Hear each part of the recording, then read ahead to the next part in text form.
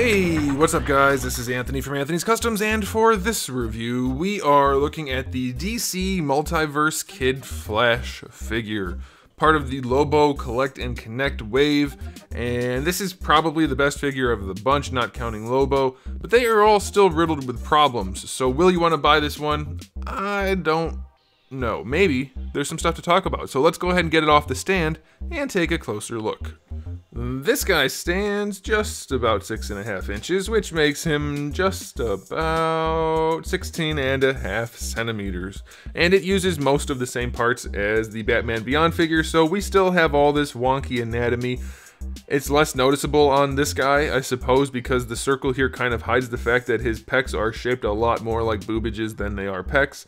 But it's more acceptable on this guy. We still have this weird shoulder flap, this flap of skin that just sticks out in a weird way. We still have all this print work on the back. It's actually textured, it's in there.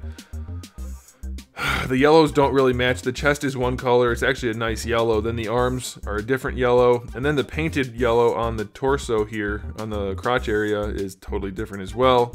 It's just not a very pleasing figure. You can see we still have the really short biceps and longer forearms, which is not wrong in concept, but they didn't really do a good job of balancing it correctly. And then you also have the very tubular, poorly sculpted forearms with little skinny wrists that connect to them. It's almost like they just didn't try.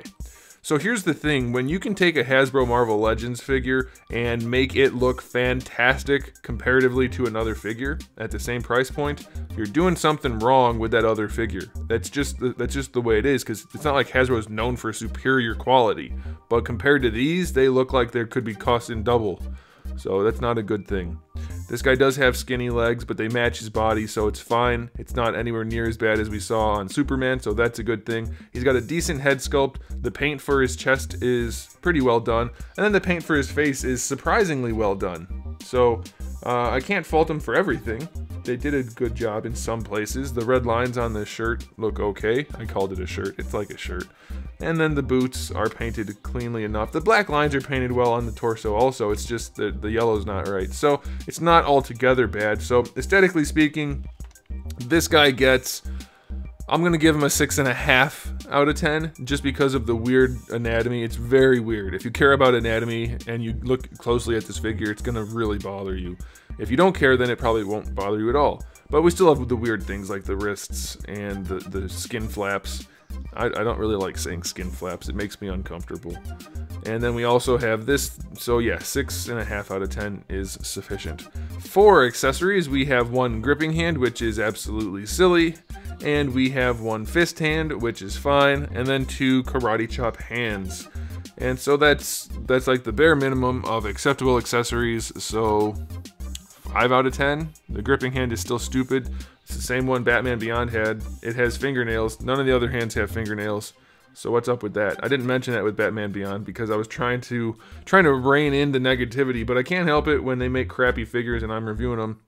Have to. So accessories are no good either. Articulation time. The head, you would think, based on how it looks, you could move it up and down a lot. You can move it forward a little bit and back a little bit. Just that much, so that's not very good. Rotation is fine. Any leaning? Nope. Shoulders, they go horizontal. Full rotation. Bicep swivel barely works because of how high the triceps go, but it does work. Single jointed elbow with that much range. What a joke. It's 2019. This wouldn't have been acceptable in 2016. Random number to pick, but still terrible. Terrible.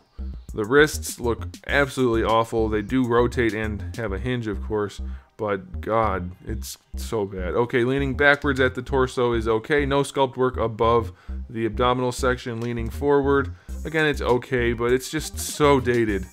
So dated. They took the DC Universe Classics figures and updated them a tiny bit, and so they still end up being very outdated.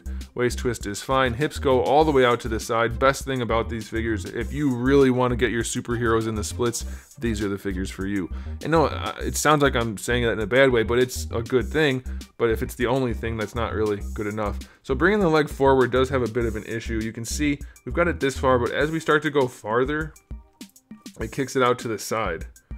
So they did something in there that's not right, but it does work, I guess, well enough, except for a running figure to not be able to bring his leg forward straight is kind of Oh, there, I forced it. It just didn't want to go, I guess. Okay, so there we go. It's fine. I didn't remember having that problem on Batman, so I guess it's just probably some flashing or something. Thigh swivel is fine. Double jointed knee, terrible design for the kneecap itself, but it's functional. And then for the ankle, it goes all the way back and all the way forward. And we get an ankle rocker, which is not a great one, but it does work.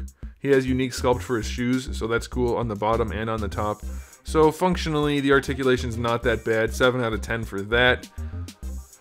I don't know, this is probably the best figure of the bunch. It's overall the best looking, I think, and it has decent enough articulation and a couple accessories, so it's not a good figure by any means, but it's acceptable.